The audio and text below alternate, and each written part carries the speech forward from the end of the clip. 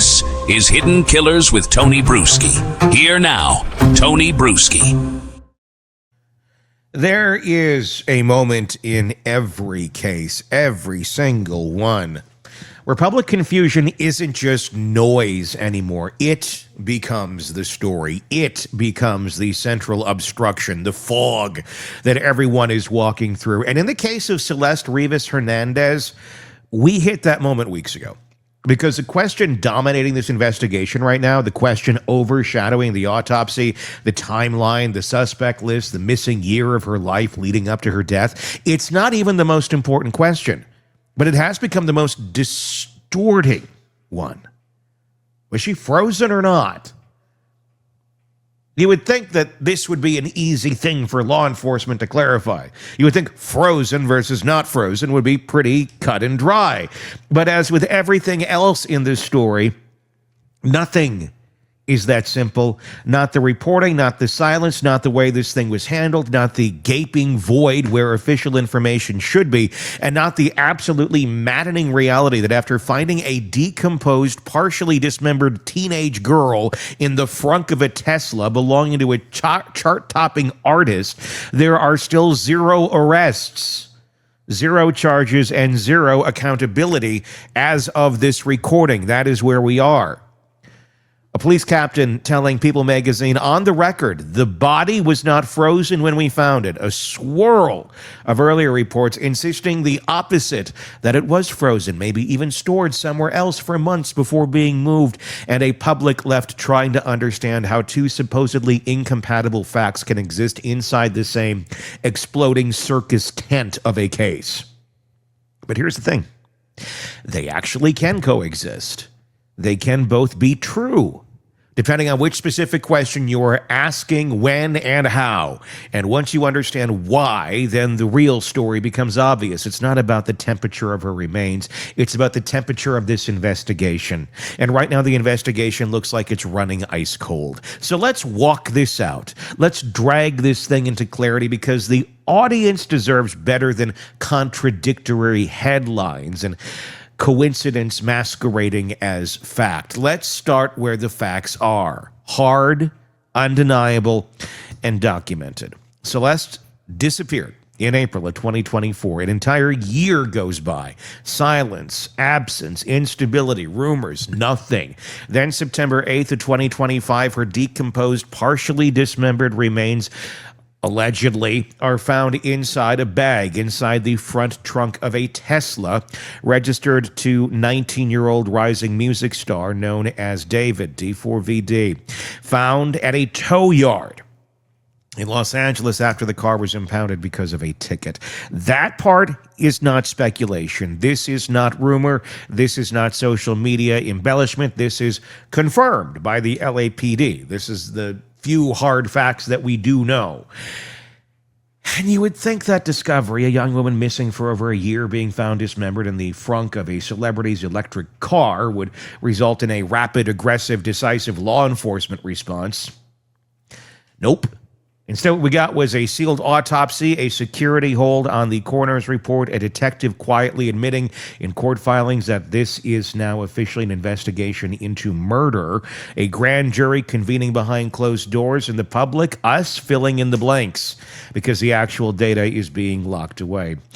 That vacuum is what gave birth to the frozen body narrative in the first place. A rumor metastasized into reality. Anonymous sources threw gasoline on it. Entertainment outlets ran with it because it sounded dramatic. A couple forensic commentators explained the possibility of freezing, and suddenly the entire internet decided it was a fact. And then weeks later, LAPD steps in and says, no, she wasn't frozen when we found her.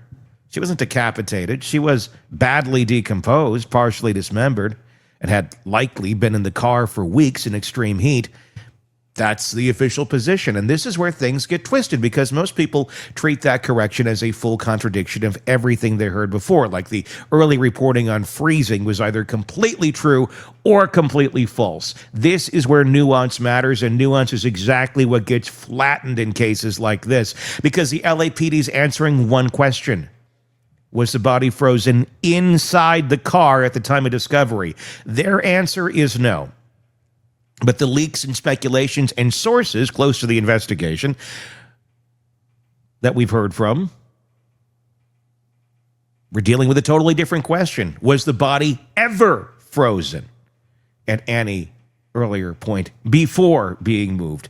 And that's a different forensic question with a different forensic answer, and entirely possible medically, logistically, scientifically for a body to be frozen for weeks or months somewhere else, then thawed and moved into the vehicle. And if that body then sits in a hot, closed compartment for weeks, Southern California heat, sealed frunk, zero ventilation, it will decompose violently, rapidly, in a way that erases any clear sign that it was ever frozen. So when you zoom out and look at this case without the social media hysteria, the paradox disappears.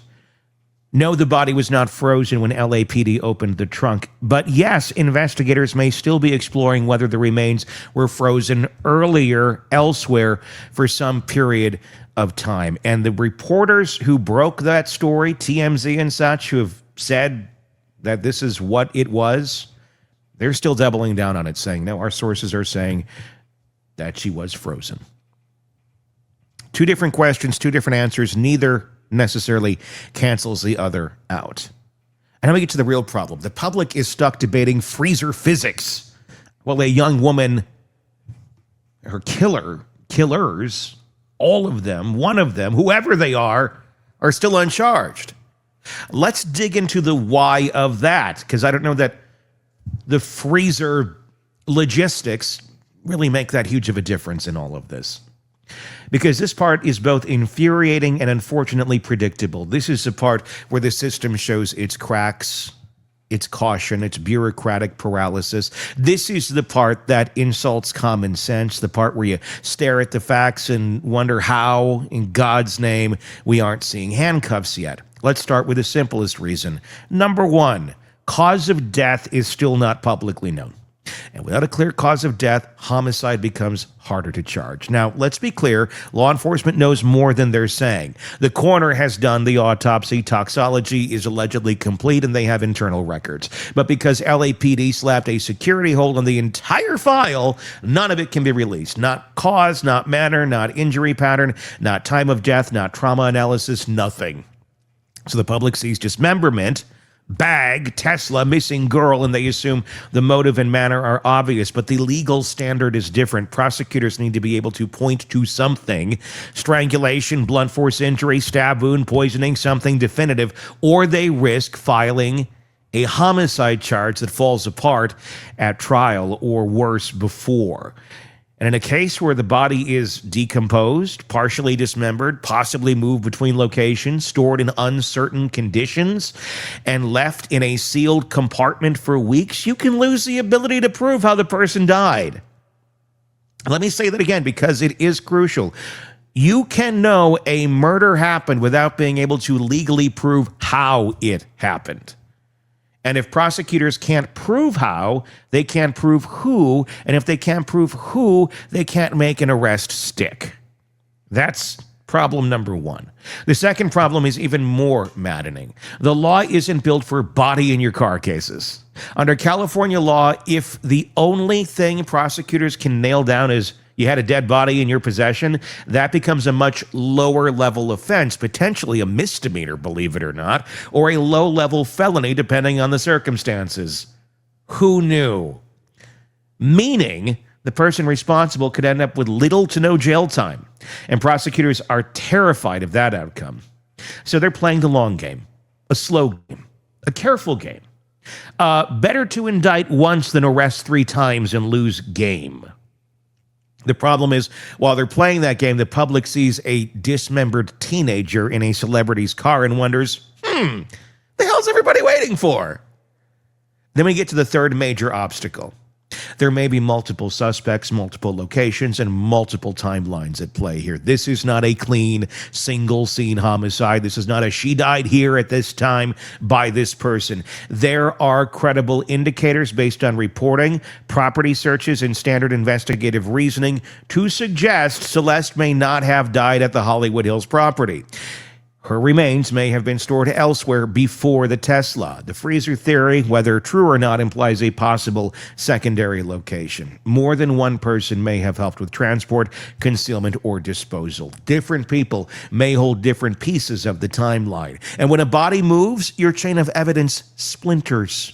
Responsibility splinters, charges splinter. Was one person responsible for her death? Another responsible for dismemberment? Another for moving the body? Another for helping dispose of the evidence? Or was it all the same person? We don't know. But neither do prosecutors. Not in a provable way yet publicly. And then we hit obstacle number 4.